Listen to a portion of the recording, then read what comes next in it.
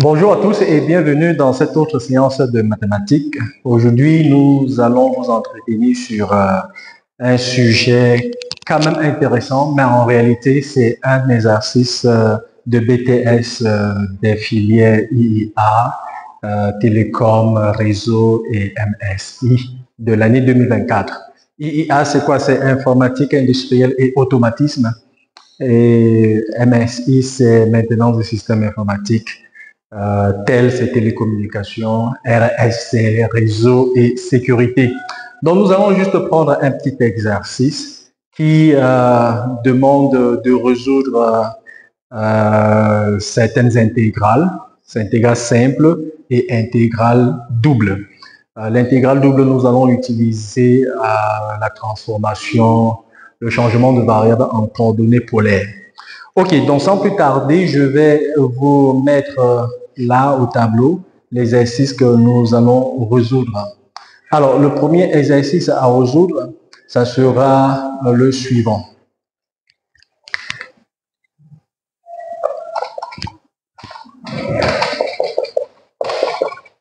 Calcul d'intégrale.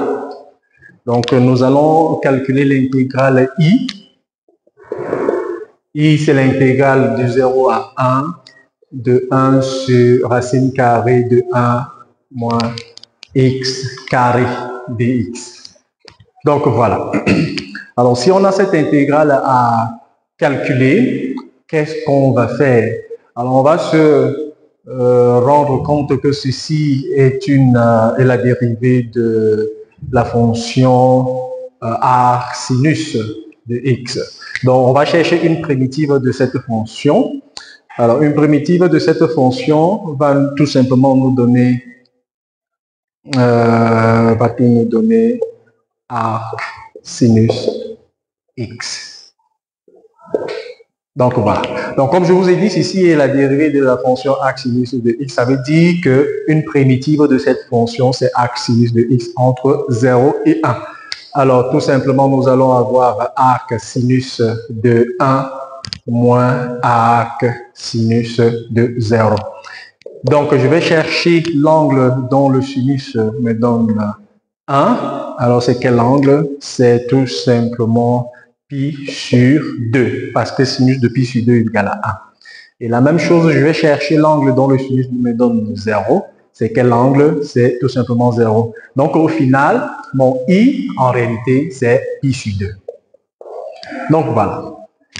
Et voilà, sans plus tarder, nous allons passer au calcul de l'intégrale j, 0, 2 racine carrée de 3, de quelle fonction encore? C'est la fonction 1 sur 4 plus x au carré. 1 sur 4 plus x au carré dx. Voilà, entre la borne entre 0 et 2 racines carrées de 3. Alors, comment on fait pour calculer ce type d'intégrale? Il faut chercher une primitive de cette fonction. De façon générale, lorsque nous avons une fonction comme ça, une primitive va nous donner 1 sur a, arc tangente de x sur a. Voilà, plus une constante. Donc, c'est comme ça. Et pourquoi c'est comme ça? Pourquoi c'est comme ça? Il faut tout simplement dériver cette fonction pour rentrer à la fonction 1 sur a carré plus x carré. Donc, voilà. Donc, si je dérive cette fonction rapidement, donc je profite pour faire la révision. Donc, si je dérive cette fonction, la dérivée d'une constante, c'est 0. Donc, j'aurai 1 sur a pour cette constante-ci, et ensuite la dérivée de arc tangente de x sur a. Et cette dérivée va me donner 1 sur a, et la dérivée de, voilà, la dérivée de x sur a, c'est 1 sur a, fois la dérivée de arc tangente de x, qui est 1 sur 1 plus x au carré, mais on va l'appliquer à x sur a. Alors, x sur a, c'est x sur a, voilà, et au carré. Ceci va me donner a carré plus x carré sur a carré et puis multiplié par a carré. Les a carrés vont se simplifier et puis nous aurons 1 sur a carré plus x au carré. Donc, bel et bien, vous aurez que la dérivée de 1 sur a, arc tangente de x sur a plus c me donne 1 sur a carré plus x au carré. Ce qui prouve que une primitive de cette fonction est ceci. Ok, alors nous avons profité pour vous donner un petit rappel de cours. Alors ce qu'on va faire maintenant, c'est justement de dériver, d'intégrer cette fonction pour avoir notre résultat cherché. Alors ici, notre a c'est 2, parce que 2 au carré va me donner 4. Donc nous aurons ici 1 sur 2. 1 sur 2, arc tangente x sur 2 entre 0 et 2 racines carrées de 3. Bien, alors si on continue comme ça, qu'est-ce que nous aurons? Nous aurons que arc tangente au point x égale à 2 racines carrées de 3 va nous donner simplement arc tangente de racine carrée de 3 moins arc tangente, j'espère que tout le monde voit de ce côté, arc tangente 0. Alors, ceci va nous donner quoi? Ceci va nous donner 1 sur 2 de arc tangente de racine carrée de 3. Donc, je cherche un angle pour lequel la tangente va me donner racine carrée de 3. Et c'est bel et bien pi sur 3. Parce que tangente de pi sur 3 me donne racine carrée de 3. Et pour arc tangente 0, je cherche l'angle, donc la tangente me donne 0. C'est tout simplement 0. Et en faisant ce calcul, nous aurons pi sur 6. Donc voilà. Pour résumer, pour calculer j, l'intégrale j, qu'est-ce que je fais? Je cherche une primitive de cette fonction. Et après avoir trouvé une primitive de cette fonction, j'applique aux bornes qu'on m'a donné 0 et 2 racines carrées de 3. Et le résultat me donne pi sur 6. Donc voilà. Après ça, nous allons passer à la deuxième question de cette épreuve de mathématiques comme proposé au BTS de l'année 2024 dans les spécialités IIA, GL, réseau et télécom, réseau et sécurité, télécom, et ensuite MSI. Donc voilà, la deuxième question était celle de déterminer une primitive. Donc je vais effacer ici. Déterminer une primitive, laquelle la primitive de 1 sur x carré moins 1 lorsque x égale à 2. Non, qui s'annule lorsque x égale à 2. Donc, la fonction, c'est f de x égale à 1 sur x carré moins 1. Alors, comment déterminer cette primitive? Alors, ce que nous allons faire, ou alors ce que nous allons remarquer, c'est que cette fonction même peut s'écrire encore comme x moins 1, facteur de x, x plus 1. Et nous allons décomposer cette fraction rationnelle en éléments simples. Donc, décomposition de cette fraction rationnelle en éléments simples, ça veut dire que je dois chercher les constantes a et b, de telle sorte que ma fonction f de x puisse s'écrire comme un certain a sur x moins 1 plus b sur x plus 1. Donc, le gros du travail revient à déterminer ces constantes a et b.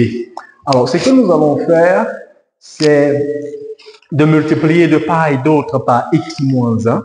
Lorsque nous allons faire ça, nous multiplions de part et d'autre par x moins 1, nous allons simplifier ici par x moins 1 et il va rester ici b facteur de x moins 1 sur x plus 1. Et en faisant x égale à 1, le terme ici va s'annuler et il va rester 1 sur 1 plus 1 égale à a. Alors, peut-être je suis allé un peu trop vite pour avoir A égale à 1 demi. Mais bon, en fait, c'est ça. Donc, je peux reprendre. Donc, ce qu'on a fait, c'est de multiplier de part et d'autre par x moins 1. Et après, faire tendre x vers 1. Ou alors, prendre x égale à 1 de part et d'autre. Nous allons voir que a égale à 1 demi. Alors, de la même façon, nous allons calculer b. Et puis, nous aurons b égale à moins 1 demi. Il suffit de multiplier de part et d'autre par x plus 1. Si on fait ça, ici, ça va se simplifier. On va rester avec b. Et on va faire tendre x vers moins 1. En faisant tendre x vers moins 1, nous aurons 0 ici. Et de l'autre côté, nous aurons 1 sur moins 1, qui va nous donner la valeur de b. Donc, finalement, ce b-là égale à moins 1 demi. Et ce que nous aurons, c'est que f de x peut encore s'écrire comme 1 demi sur x plus 1 moins 1 demi sur x. Ici, c'est 1 demi sur x moins 1 moins 1 demi sur x plus 1. Donc, finalement, voilà notre fonction f de x. Décomposée ainsi, il nous sera facile de déterminer une primitive de cette fonction. Alors, nous allons nettoyer de ce côté. Alors, pour continuer, nous allons déterminer ceci. Alors, ceci, nous aurons que, on aura demi là, x moins 1 dx, moins demi x, voilà, dx. Bien sûr, plus une constante. Alors, ce qu'on aura, c'est que ici, on aura demi ln de x moins 1 en valeur absolue, parce qu'on ne veut pas que la quantité qui est là soit négative. Donc, moins 1 demi de ln de x plus 1 plus une constante. Bien, alors nous allons déterminer, donc je vais appeler ça x. Et maintenant, nous allons déterminer c. Comment déterminer c? Nous allons déterminer c de telle sorte que notre primitive s'annule lorsque x égale à 2. C'est donné dans l'hypothèse. Donc, on va faire f de 2 égale à 0. Alors, f de 2 égale à 0. Nous allons remplacer x par 2. X égale à 2, on aura 1 ici. Ln de 1 égale à 0. Ici, nous aurons moins 1 demi ln de 3. Ceci plus c égale à 0. Alors, ce qui entraîne notre c à être 1 demi de ln de 3. Donc, finalement, nous aurons cette primitive qui sera égale à 1 demi de ln x moins 1, moins 1 demi de ln de x plus 1, plus c, c'est-à-dire plus 1 demi de ln de 3. Donc, finalement, voilà comment on résout cette deuxième question de votre épreuve de BTS. Spécialité IIA, Télécom, Réseau et Sécurité et MSC. Alors, sans plus tarder, nous allons passer à la dernière question de cette série d'exercices que nous avons commencé. Il est question de calculer l'intégrale double de quelle fonction? Alors, je vais présenter cette fonction ici. L'intégrale double de la fonction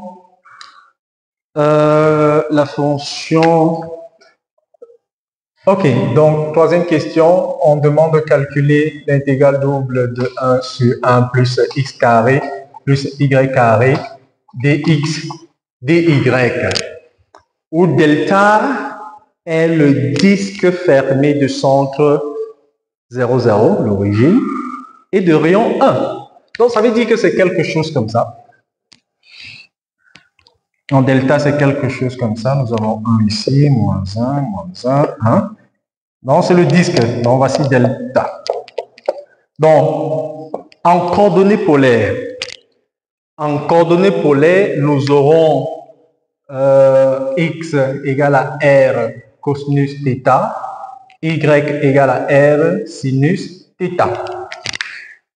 Le plus important, c'est de dire que θ appartient dans l'intervalle 0, 2π, parce que le disque est entier.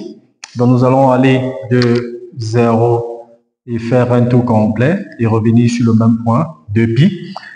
Et pour R, comme c'est l'intérieur de mon cercle, ça veut dire que mon R va de 0 à 1. OK. Donc, j'ai les bornes de mes nouvelles variables, θ et R. Il ne faut pas que j'oublie, le jacobien doit me donner R. Voilà, donc en utilisant le changement de variable en coordonnées polaires, le jacobien nous donne toujours R. Bien. Et le jacobien, c'est quoi? C'est le déterminant de la matrice jacobienne. La matrice jacobienne se détermine à partir de ces équations que nous avons en dérivant respectivement par R et par θ. Et en prenant le déterminant de la matrice jacobienne et considérant sa valeur absolue. Bien. Alors, ceci étant dit, nous allons donner la valeur de x carré plus y carré en fonction de r et θ. Donc, x au carré va nous donner r carré cosinus carré θ plus r carré sinus carré θ. Et en calculant, nous allons voir que ceci est exactement égal à r carré parce que ceci va nous donner 1, d'après la propriété fondamentale de la trigonométrie. Donc, nous aurons que x au carré plus y au carré en fonction de r et θ nous donne tout simplement r carré. C'est une fonction de r, ce n'est même pas une fonction de θ. OK, donc lorsque nous allons revenir dans le calcul de notre intégrale comme présenté là, nous allons tout simplement dire, si j'appelle par exemple cette intégrale k, nous allons dire que k est égal à l'intégrale de 0 à 1, ouais, de 0 à 1 pour r, dr, et ensuite de 0 à 2π de notre fonction, sans oublier le jacobien qui est r, 1 plus r carré.